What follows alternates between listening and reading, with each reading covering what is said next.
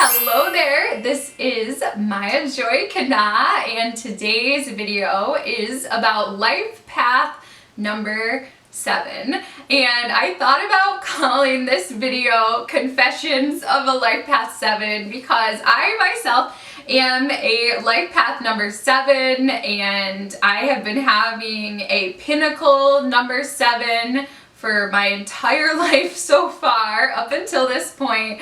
I recently had my personal year 7 and I feel so enmeshed in the vibration of 7. So in this video I'm going to be sharing my personal experience as a life path 7, but also talking about the path of a life path 7 generally. Okay, so life path 7, what are life path 7 people here to do? Well, if you're a life path 7, you're here to learn to have faith in a higher power, and you're here to learn to have faith by finding the truth, and you're on this quest for truth. And I think what's interesting about being a life path 7 is that it's such an internal experience. It's so internal, and if you're a life path 7, you're here to reflect, right? And our society in this moment in time doesn't necessarily put a lot of value on that reflection time. We live in a time right now where society maybe is going to value more so people who are a life path 1 and who are here to be leaders or executives, or people who are life path 3s who are creative and super social and super into social media. And then it's like there's a life path 7. For me, as a life path 7, I've sort of felt like I don't fit into this time and place in the world. It's almost the feeling of being born in the wrong time. Because life path 7s need so much time for themselves to study and reflect and to gain wisdom and to gain higher understanding. And life path 7s are not really suited for a society that's so quick, where everything's so superficial. And this life path 7 is not about, oh, I want an answer and I'm going to Google it and I'm going to read the first thing that comes up on Google. Life path 7 is, I want an answer and I'm going to Google it and I'm going to read the first 100 search pages that come up on Google, and then I'm going to reflect on those for a year, and I'm going to tune into what I'm observing out in the world, and I'm going to connect with a higher power, and I'm going to synthesize all that information that I read. And then I'm going to settle on what I believe is true, and then I'm going to observe whether that theory is correct for another year, and then I'm going to refine what I understand to be true. And then maybe after years and years of deepening reflection and deepening understanding, then I'm going to teach that truth to others. And so life path 7 doesn't like that superficiality at all whatsoever. Life path 7 wants to go deep, really deep. And if you love a life path 7, or if you are a life path 7, you've got to allow that. If you love a life path 7, then you've got to encourage them and give them that time and space to reflect and go deep. So one of the things that everybody says about life path 7, which is incredibly true and incredibly important, is that life path 7 people need time alone. And I really cannot overstate this. As a life path 7, my sister is also a life path 7, and I would pretty much, this is the confessions part, I would pretty much rather spend time with myself than do anything else at all. I can remember even being a little kid and my parents were like, guess what? We're gonna go to Disney World, yay! Let's get in the car right now. One time they gave my sister and I a trip to Disney World, for a Christmas present, which is every child's dream, yeah, we wanna go to Disney World, this is amazing. And I just felt this part of my heart just sink, oh no, I really just wanted to stay at home and just color and just read and just be in peace and quiet, and I really don't want to go to Disney World. But of course you can't really say that. I was aware even as a child, like, this is really not normal, like these desires that I have within myself to just be with myself and philosophize and reflect on the meaning of life. This is not normal for a 2-year-old or a 3-year-old. I remember telling my mom when I was a little girl, like, she was stressed and sort of complaining about like things that were going on in the world, and I can remember like being in a car seat and being like, no, I've been thinking about this and I've decided that everything happens for a reason.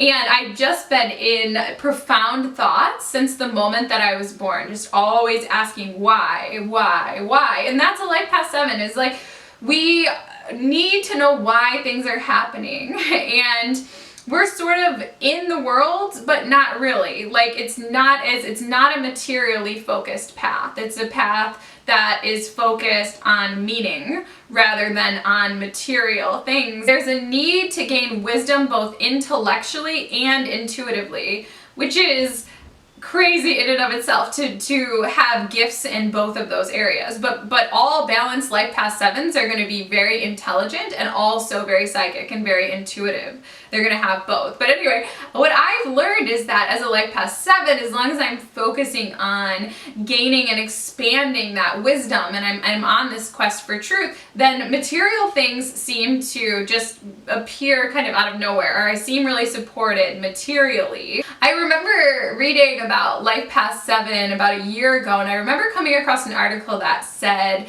that 1,000 years ago, if a child was born as a life past 7, they would immediately be put in a monastery, or a young girl who was a life past 7 would be put like on a path to be a nun, or to do something that was removed from society. And I remember thinking, why was I born? You know, why was I born into 1989? Why wasn't I born into, I don't know, the year 1089, right? Because I just crave that. And I think all life past 7 just crave like a retreat away from the world. Like, we need that in a way that the other life path numbers do not. Like, we need this. Like, I just think, oh, sometimes I just sit and I just think, oh, wouldn't it be wonderful to just go to a remote cabin in the wilderness and just think, like, I could get in touch with just the highest wisdom imaginable, and then I could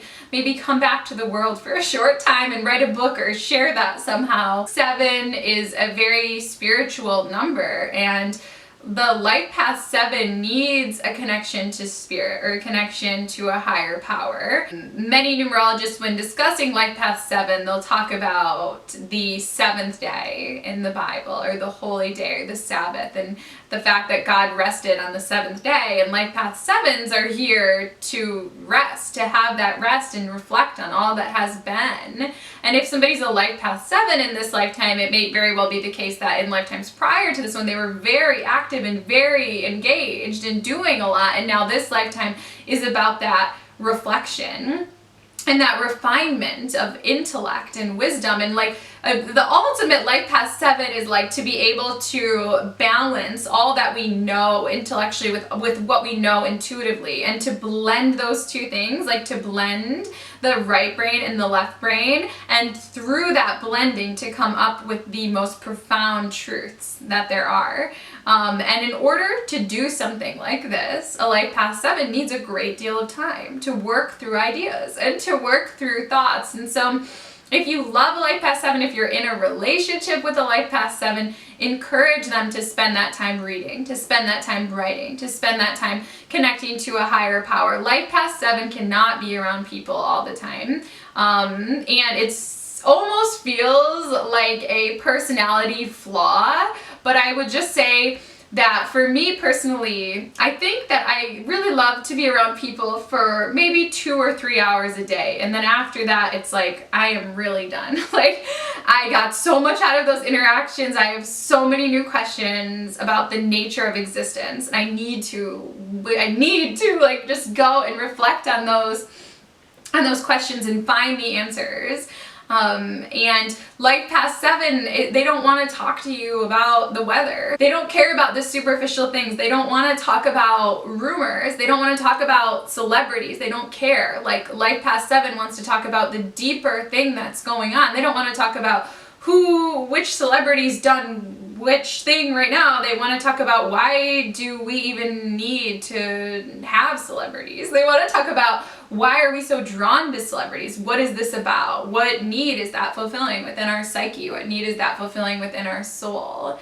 And that's the wheels that are turning in the mind of a life past 7. I have read before, when researching life past 7, that you shouldn't marry a life past 7 because they're not going to be a very good partner, or because they're not going to want to spend a lot of time with you. And personally, as a life past 7, I can see why somebody would say that. But I also don't think it's fully true. But what I would say is, if you are in love with a life path 7, it's really important to not take it personally if they say to you, like, listen, I don't really want to hang out tonight. I just want to hang out with myself. To know that that's like part of their nature. It's not a rejection. You could be in a relationship with a life past 7 and they may tell you, I don't want to share a bedroom with you, right? It's like maybe you're living together and you've been dating forever and they're like, no, I really need my own space. Life past 7 really needs their own space. They're to be in their own energy. I mean, they're basically here to like connect with a higher power, to talk to the angels, etc. And that's not that easy to do if somebody's sitting right next to you watching TV or something like that. So just know that 7s need their own space, their own time, and they just simply are not here for superficial things. Now, of course, we all have other numbers in our numerology too, and so a life past 7 with a lot of influence of 5 or 3, they might be a little bit different. Like they might not totally fit this, but the pure 7 vibration is not here for material things. They're not here for ego things. They are here to develop a higher understanding. And society needs life path 7s to bring through higher truths and to provide deeper meaning and to be our scientists and our researchers and our teachers and our philosophers. We need life past 7s in our society to offer this greater wisdom. Like, not everybody can be engaged in the world actively every day. We need people who are reflecting on that engagement and who are elevating the understanding of what that engagement is really about. I also want to do some confessions of a life past 7 as well, because I just feel like people just have no idea what is going on inside of life path 7s unless you are one. So like I said, I'm a life path 7. My sister's also a life path 7, and we've been very close since childhood. Our parents really tried to raise us to have all the skills that we needed to be successful in this world, so thank you, parents, for that.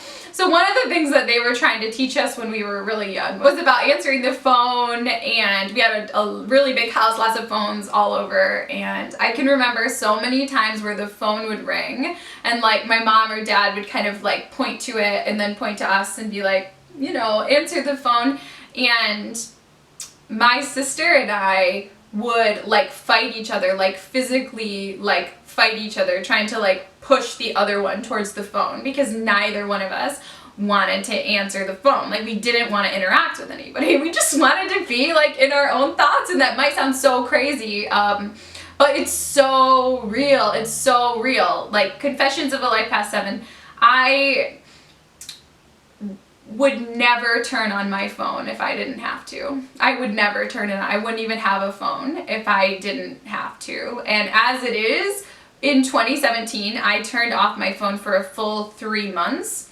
And then even beyond that, even when I had my phone on, it's only for like 10 minutes a day because I don't want to interact with people. I know that might sound terrible and it might sound out of balance, and maybe it is out of balance, but I love people. Like, I love the interactions, but they mean nothing to me unless I have plenty of time afterwards to reflect on them and come to a deeper understanding. So yeah, My parents used to like try to entice my sister and I, and they would be like, listen, like you guys can order anything you want for takeout tonight, whatever you want. You want pizza, you want Chinese, just all you have to do is just call and place the order. And we wouldn't do it. We'd be like, not worth it. It's not worth it. Like, it's not worth talking to somebody.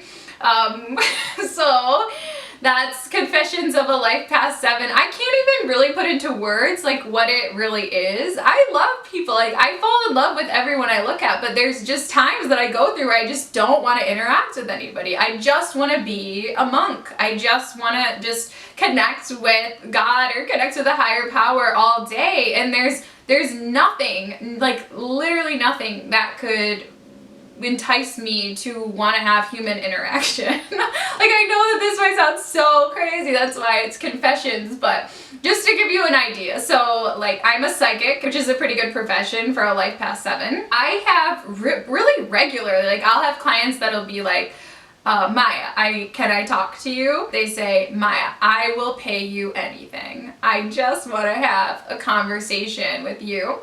And I will kind of like sometimes entertain myself by thinking like, okay, what amount of money would that person really have to pay me in order for it to be worth it to disrupt this amazing and super rich and super full like period of silence that I'm having in order to talk to them and entertain their thoughts. Because the thing is, like with the life past 7, the internal dialogue and thoughts that you're having are completely fascinating. And I rarely encounter anybody who's able to offer any sort of thought or idea that's more interesting than what I'm thinking about in my own mind. And I hope that doesn't sound rude. I don't mean for it to sound that way. It's just that I just really want to go deep and yeah, like, so anyway, so most of the time when I think about it, I realize, yeah, there's just no amount of money that would be worth it. Even like, I literally have thought, okay, even if this person was going to give me $1 million to talk to them for an hour, it's not worth it. Like,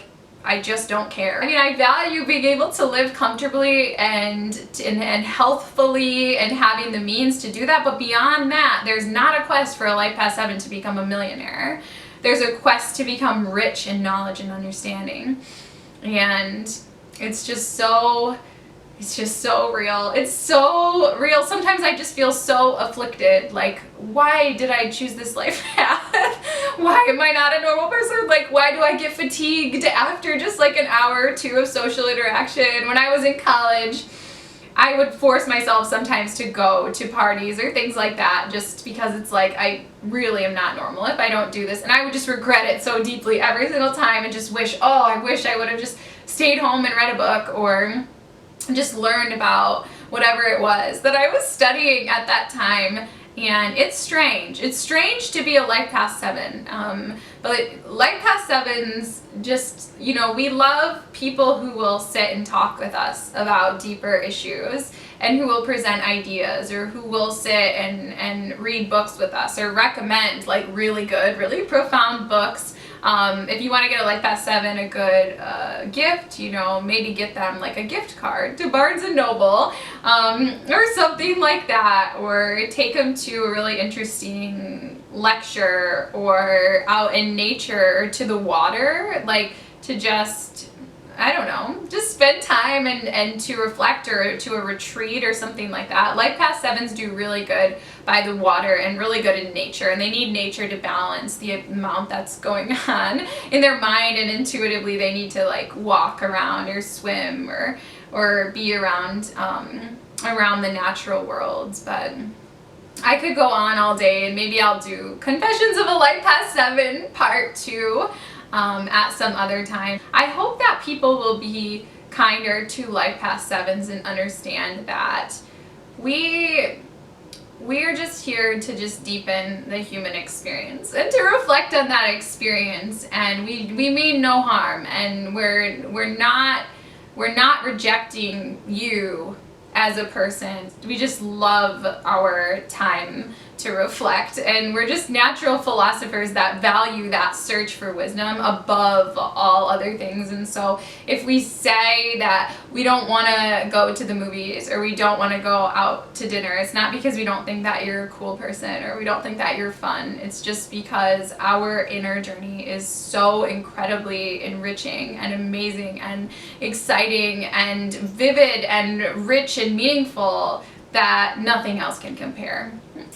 Okay? The other thing about Life Path 7s is people will say that, oh, they only contact you when they want something. I think that's kind of true. The Life Path 7 friend is not going to be the one who's going to want to talk to you about every single detail of your day every single day. And if you try to do that, they might magically disappear, but it's not a rejection of you. And I just want to say that this is just a little ode to, you know, Life Path 7s all around the world, but I believe that Life Path 7s are great people to date and have a relationship with, because they're going to bring forth a profound love that comes from this deeper understanding about who you both are.